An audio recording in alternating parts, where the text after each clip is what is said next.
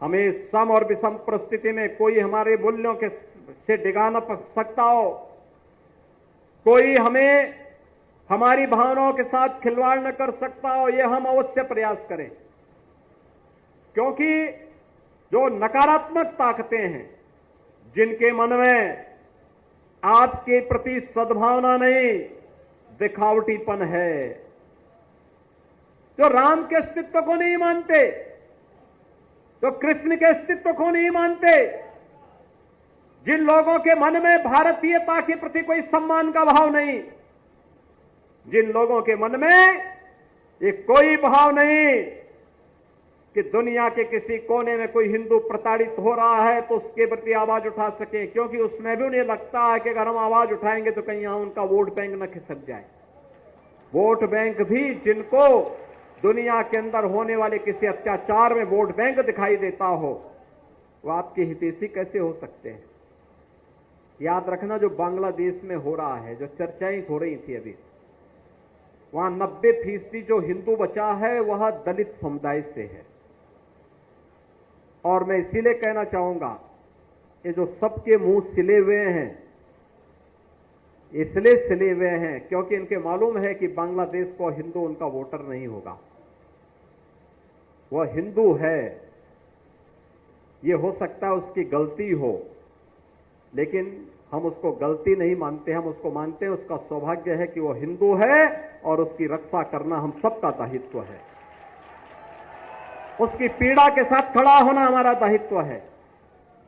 हमारे लिए वह हिंदू है, एक मानव है, एक मानव के नाते उसकी मानवता की रक्षा करना, उसके जीवन को संरक्षण देने के लिए एक आवाज उठाना, ये हमारा दायित्व है और हम अपने इस दायित्व को निर्वहन जीवन भर करेंगे। ये किसी भी पक्ष और विपक्ष का मुद्दा नहीं, बल्कि मानवता को बचाने का मुद्दा है। राक्षसी वृत्तियां जब भी धराधाम पर प्रबल होंगी, उनका मुकाबला करने के लिए हमें तैयार होना पड़ेगा। हमें सम और विषम परिस्थिति में कोई हमारे मूल्यों के से डिगा न सकता हो, कोई हमें हमारी भावनाओं के साथ खिलवाड़ न कर सकता हो, यह हम अवश्य प्रयास करें। क्योंकि जो नकारात्मक ताकतें हैं, जिनके मन में आपके प्रति सद्भावना नहीं, दिखावटीपन है, जो राम के अस्तित्व को नहीं मानते, जो कृष्ण के अस्तित्व को नहीं मानते, जिन लोगों के मन में भारतीयता के प्रति कोई सम्मान का भाव नहीं, जिन लोगों के मन में ये कोई भाव नहीं कि दुनिया के किसी कोने में कोई हिंदू प्रताड़ित हो रहा है तो उसके प्रति आवाज उठा सके, क्योंकि उसमें भी उन्हें लगता है कि अगर हम आवाज उठाएंगे तो कहीं यहां उनका वोट बैंक न खिसक जाए। वोट बैंक भी जिनको दुनिया के अंदर होने वाले किसी अत्याचार में वोट बैंक दिखाई देता हो, वो आपके हितैषी कैसे हो सकते हैं? याद रखना, जो बांग्लादेश में हो रहा है, जो चर्चाएं हो रही थी अभी, वहां 90% जो हिंदू बचा है वह दलित समुदाय से है। और मैं इसीलिए कहना चाहूंगा, ये जो सबके मुंह सिले हुए हैं, इसलिए सिले हुए हैं क्योंकि इनके मालूम है कि बांग्लादेश को हिंदू उनका वोटर नहीं होगा।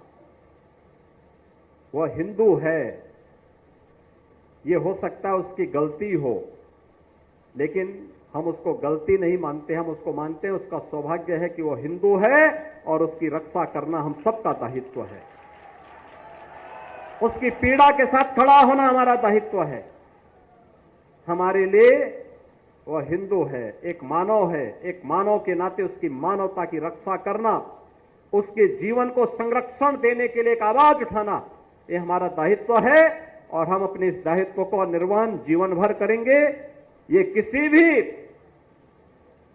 पक्ष और विपक्ष का मुद्दा नहीं, बल्कि मानवता को बचाने का मुद्दा है। राक्षसी वृत्तियां जब भी धराधाम पर प्रबल होंगी, उनका मुकाबला करने के लिए हमें तैयार होना पड़ेगा।